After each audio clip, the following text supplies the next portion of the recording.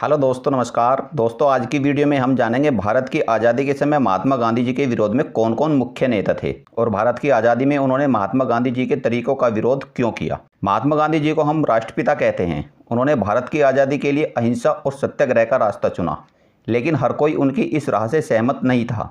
कई बड़े नेताओं को लगा कि महात्मा गांधी जी का तरीका सही नहीं है। आइए जानते हैं उनके प्रमुख विरोधी कौन कौन थे और उनके क्या नाम थे। Number 1, doctor Bhimrao Ambedkar. Doctor Bhimrao Ambedkar Gandhi ji के विरोध में क्यों थे। गांधी जी ने अछूतों को हरिजन अर्थात भगवान के लोग कहा, लेकिन अंबेडकर इन्हें पक्षपाती और दया दिखाने वाला शब्द मानते थे। डॉक्टर भीमराव अंबेडकर का कहना था कि हमें दया नहीं, अधिकार चाहिए। 1932 का पूना पैक्ट में डॉक्टर अंबेडकर और महात्मा गांधी जी के टकराव की स्थिति चरम सीमा पर पहुंच गई। ब्रिटिश सरकार ने अछूतों के लिए अलग निर्वाचन क्षेत्र देने का निर्णय लिया। गांधी जी ने जेल में रहते हुए अनशन किया और इसका विरोध किया। अंबेडकर अलग निर्वाचन चाहते थे, पर मजबूरी में उन्हें महात्मा गांधी जी से समझौता करना पड़ा। अंबेडकर का कहना था कि राजनीतिक आज़ादी से पहले सामाजिक आज़ादी जरूरी है। नंबर 2, सुभाष चंद्र बोस। सुभाष चंद्र बोस गांधी जी के विरोध में क्यों थे।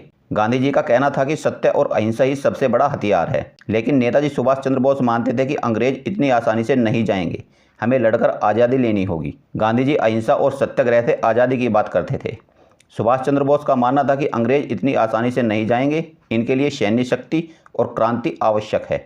1938 में सुभाष चंद्र बोस कांग्रेस अध्यक्ष बने और 1939 में पुनः चुने गए, लेकिन गांधी जी के समर्थन वाले उम्मीदवार को हराने के बाद उन्हें बहुत विरोध झेलना पड़ा।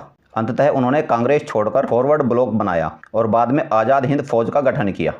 सुभाष चंद्र बोस का कहना था कि आज़ादी भीख में नहीं, हथियारों से हासिल की जाएगी। नंबर 3, मोहम्मद अली जिन्ना। मोहम्मद अली जिन्ना महात्मा गांधी जी के विरोध में क्यों थे। महात्मा गांधी जी चाहते थे हिंदू और मुसलमान मिलकर आज़ाद भारत बनाएं, लेकिन जिन्ना कहते थे कि मुसलमान एक अलग कौम है, उन्हें अलग देश चाहिए। गांधी जी हिंदू मुस्लिम एकता पर जोर देते थे, लेकिन जिन्ना को लगता था कि कांग्रेस हिंदू बहुमत की पार्टी है। जिन्ना ने गांधी जी की राष्ट्रवादी राजनीति को मुस्लिमों के लिए खतरा माना। समय के साथ जिन्ना पाकिस्तान की मांग के सबसे बड़े नेता बन गए।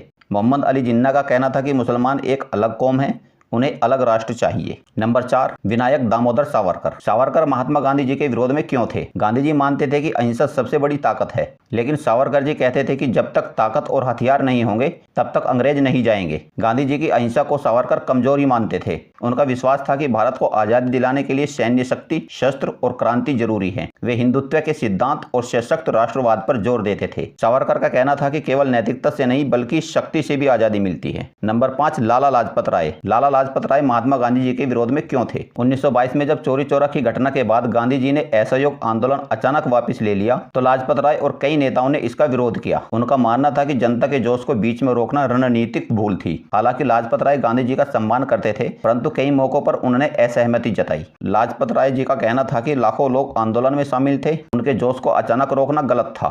तो दोस्तों, आपने देखा कि गांधी जी का विरोध अलग अलग नेताओं ने अलग अलग कारणों से किया। डॉक्टर भीमराव अंबेडकर चाहते थे समान अधिकार, सुभाष चंद्र बोस चाहते थे हथियारों से आज़ादी, मोहम्मद अली जिन्ना चाहते थे अलग देश, वीर सावरकर चाहते थे क्रांति और शक्ति, और लाजपत राय चाहते थे रणनीति में निरंतरता। सबकी सोच अलग थी, लेकिन लक्ष्य एक ही था, भारत को सही मायने में आज़ाद कराना। दोस्तों, यदि ये वीडियो आपको जानकारीपूर्ण लगी तो वीडियो को लाइक और शेयर जरूर करें, और ऐसे ही रोचक तथ्य जानने के लिए चैनल को सब्सक्राइब करना न भूलें। तो दोस्तों, मिलते हैं अगली वीडियो में, तब तक के लिए नमस्कार।